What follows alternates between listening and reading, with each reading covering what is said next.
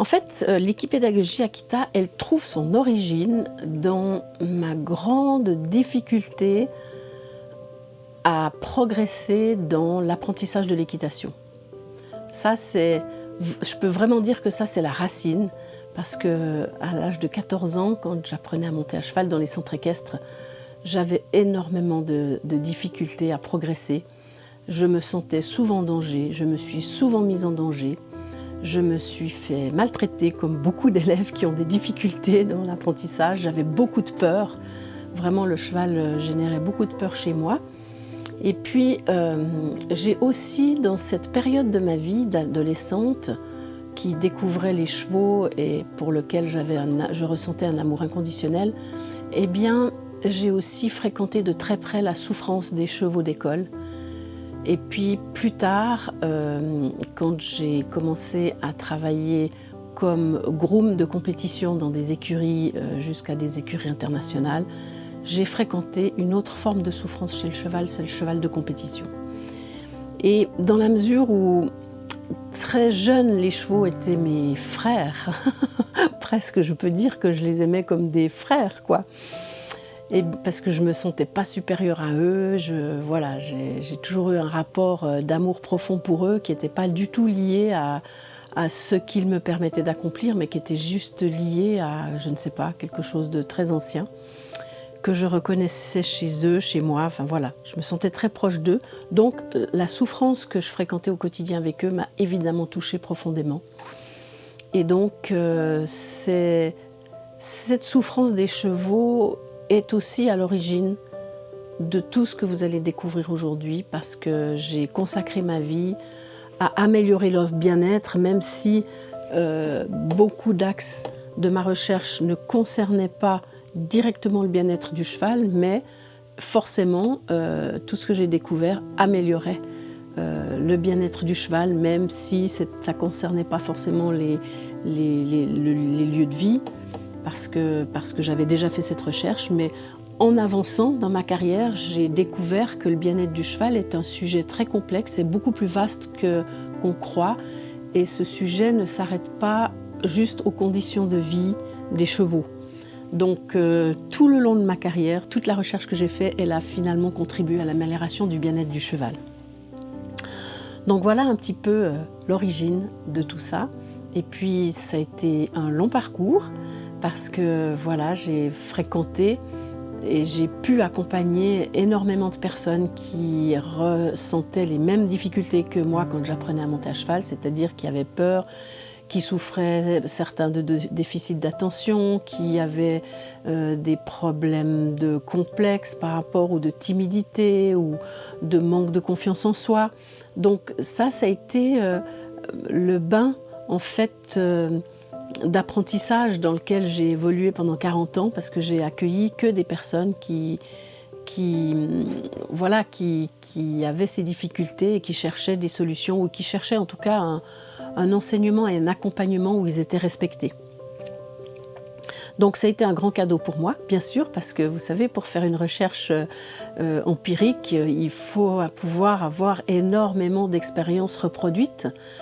Et voilà, donc j'ai eu la chance d'accompagner ces personnes. Et puis depuis quelques années, évidemment, j'ai des professionnels qui se sont rapprochés de moi et qui ont eu envie de connaître aussi le fruit de cette recherche. Donc voilà un petit peu ce qui concerne l'origine d'Akita Équipédagogie. Et maintenant, qu'est-ce que c'est que l'équipédagogie Akita ?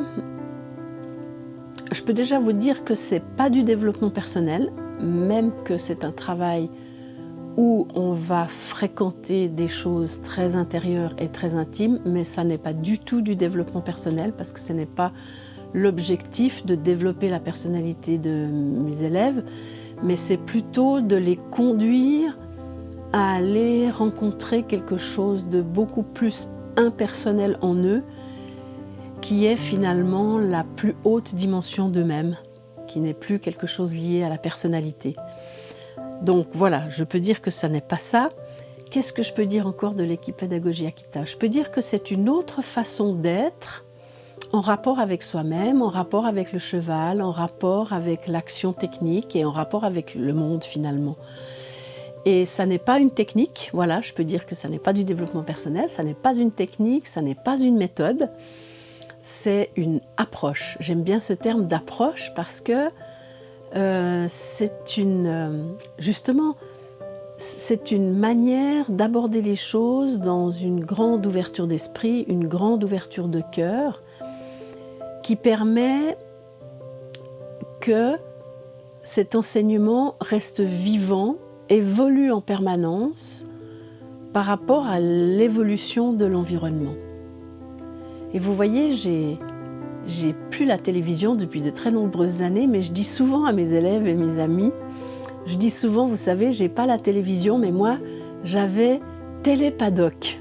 C'est-à-dire que dans mon petit paddock en Suisse et dans mes petites carrières dans lesquelles j'ai travaillé avec les élèves, eh ben, j'ai toute l'histoire de l'évolution de la société qui revenait dans leurs confidences. Voilà, parce qu'ils me confiaient des difficultés qu'ils rencontraient dans leur vie, me confiaient des difficultés qu'ils rencontraient dans leurs relations. Et donc j'ai vu évoluer le tissu social toutes ces années. J'ai vu les difficultés qui apparaissent, j'ai vu beaucoup de choses. Et donc j'ai toujours, dans ma recherche, j'ai toujours eu à cœur, d'améliorer et d'ajuster, voilà, je cherchais le mot, d'ajuster mon accompagnement à l'évolution de la société, à l'évolution du tissu social, pour répondre de plus en plus finement aux besoins et pour que les chevaux puissent accomplir ce qu'ils avaient à accomplir au service de l'humain, à savoir aller à la découverte du soi en soi, s'affranchir des effets de la peur, pour se tenir debout dans le monde, dans la dignité, dans la noblesse du cœur, et puis pour se rappeler de ce que ça veut dire d'être humain. Donc voilà un petit peu ce qu'est l'équipédagogie Akita. Et puis, des fois, j'ai mes élèves professionnels qui disent « Oui, mais tu sais, quand on rentre de stage, les gens nous demandent ce qu'on a fait, tout ça, c'est difficile de répondre, tout ça. » Alors je leur dis toujours, abstenez-vous de répondre parce que c'est difficile de parler de quelque chose d'aussi profond et aussi puissant. La seule chose qu'on peut dire de l'équipédagogie Akita, c'est peut-être que c'est une multitude de petits riens qui changent tout. Qui changent tout dans notre rapport au cheval, notre rapport à nous-mêmes et notre rapport au monde. Voilà, alors si on veut dire quelque chose de réellement vrai, c'est une multitude de petits riens qui changent tout parce que la recherche que j'ai faite, elle a été, principalement sur les comment. Parce que voilà, dans les enseignements que j'ai reçus pendant de nombreuses années, de très bons enseignants, parfois de maîtres, j'ai reçu énormément d'informations sur ce qu'il fallait faire avec le cheval, pourquoi il fallait le faire avec le cheval. Mais par contre, j'ai reçu zéro piste, zéro outil sur les comment. Comment accomplir ça, comment résoudre cette difficulté, comment progresser dans cette activité ou cet exercice-là, avec mon manque d'attention, avec mes peurs, avec ma difficulté de comprendre l'abstraction, avec ma timidité qui faisait que je n'osais pas demander quand je ne comprenais pas, avec des fois mon impatience à y arriver, avec ma peur de l'échec, avec la pression par rapport aux résultats que je me mettais ou que les enseignants me mettaient. Voilà, avec toutes ces choses-là, on ne m'a pas donné de comment est-ce que je peux me débrouiller avec tout ça pour atteindre la maîtrise.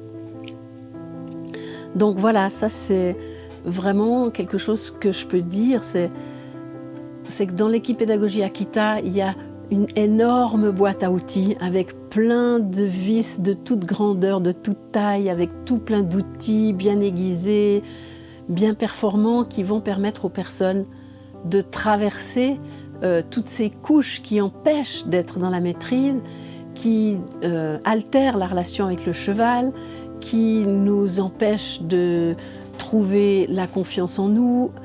Et voilà.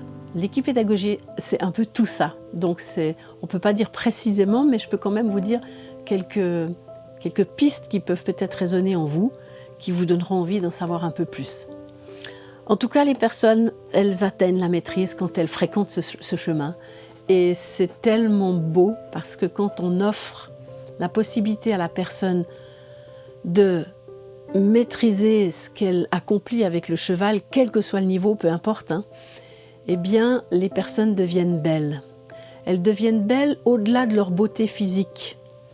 Elles deviennent belles parce qu'il y a quelque chose, il y a une sorte de supplément d'âme qui rayonne d'elle-même, qui fait que ça sent bon la joie, ça sent bon l'amour, ça sent bon le respect, ça sent bon l'écoute profonde, la bienveillance.